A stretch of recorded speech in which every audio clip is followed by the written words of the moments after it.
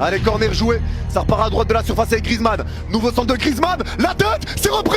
Oh,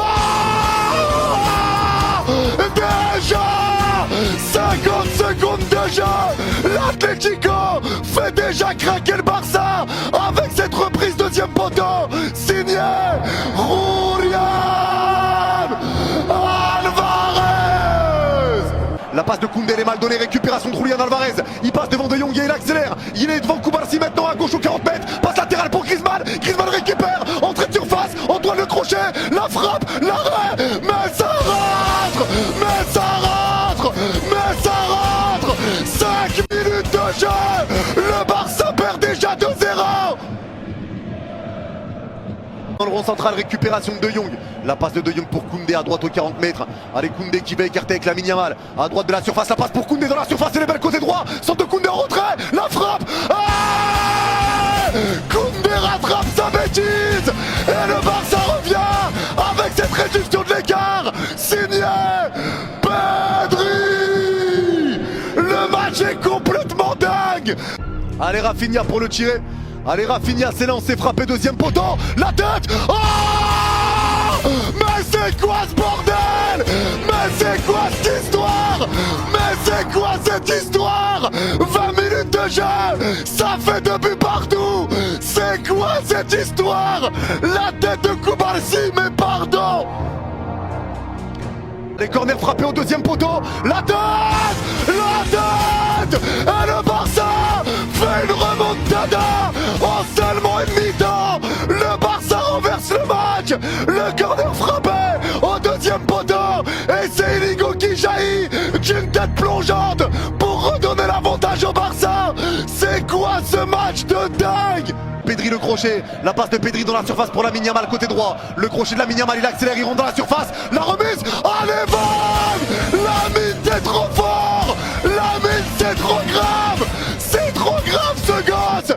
C'est trop grave ce gamin. Et ça fait 4-2. Et c'est signé Robert Lewandowski. Ils sont là, nous mec, le ralenti du but. Ah, le match reprend, pourquoi je sais pas. Et là, long ballon, Koundé a glissé. Il y a un 3 contre 0 à jouer. La passe à Starlot, la frappe. Ah, l'égalisation. L'Atlético recommence. L'Atlético recommence. Comme en match de championnat, il recommence encore. L'Atlético égalise. C'est quoi ce bazar? C'est quoi ce match encore? Vous avez peut-être raté le match de l'année. C'était quoi ce match? C'est parti dans tous les sens. Mais comment je vais expliquer à ceux qui ont raté le match que le match il a commencé comme ça, 2-0 au bout de 5 minutes de jeu pour l'Atlético Madrid. Il y avait 4-2 à la 74e minute pour le Barça. Il a fini comme ça, 4-4. Le match il est parti dans tous les sens. Il y avait des erreurs défensives. Mais on stream. Par contre, il y a quelqu'un, il est méchant avec le Barça. Cet individu sort Lot. Mais d'où il sort? Il fait partie du peuple de Lot, en fait, c'est pas possible. À chaque fois, il vient crucifier le FC Barcelone. Et là, en coupe, il est venu encore une fois relancer la rencontre. Le match retour va être épique. Tredon, on avait tous notre analyse. Koubarsi qui fait encore un grand match. Encore une fois, il vient marquer le but du 2-2. En plus de ça, Impérial, comme d'habitude, dans ses 1 contre 1. Mais il est trop fort, ce petit 18 ans. Il devient le plus jeune buteur de l'histoire du Barça en coupe. Je deviens fou. Yamal, l'impertinent qui a encore humilié des pères de famille. Notamment sur cette passe décisive. Il a encore montré qu'il était trop fort. Il est trop fort pour ce jeu à seulement 17 ans. Pedri qui a encore contrôlé le milieu de terrain avec une baguette magique. Vous le voyez pas, mais il a une baguette magique. Il est en train de lancer des sorts ou une gâteau de ça. Il est trop fort. Par contre, il y a un joueur qui doit quitter l'Atlético Madrid, c'est Julián Álvarez. Un but, une passe D, encore aujourd'hui, trop fort, 20e but de la saison. L'image de cet homme, le Chulismo n'est pas mort, il sera jamais mort. 4-2, il faisait que de dire c'est dans la tête, et ils ont réussi à égaliser 4-4. Fini encore auteur d'un grand match, il faut le souligner, 2 passes décisives. Selon moi, le Barça d'Hansi Flick a fait preuve un peu de suffisance. Quand ils ont mis le 4e but, ça faisait des olés, le public de Moundiouk, il était en folie, et ils se sont un peu laissé endormir. Et l'Atlético Madrid en a profité pour punir. Mais bref, j'ai hâte du match retour incroyable.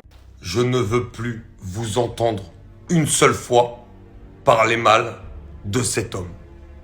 Plus jamais. Parce que ce mec ne bouge plus jamais du 11. Plus jamais. Vous voulez savoir pourquoi ça coûtait 90 millions de Jong? J'espère que vous avez vu ce soir. Un monstre. Un monstre. Et je vous l'avais dit, ça fait quelques mois que je vous le dis, que De Jong il commence à revenir, qu'on commence à avoir quelque chose. Frenkie De Jong, ça ne bouge plus. C'est terminé.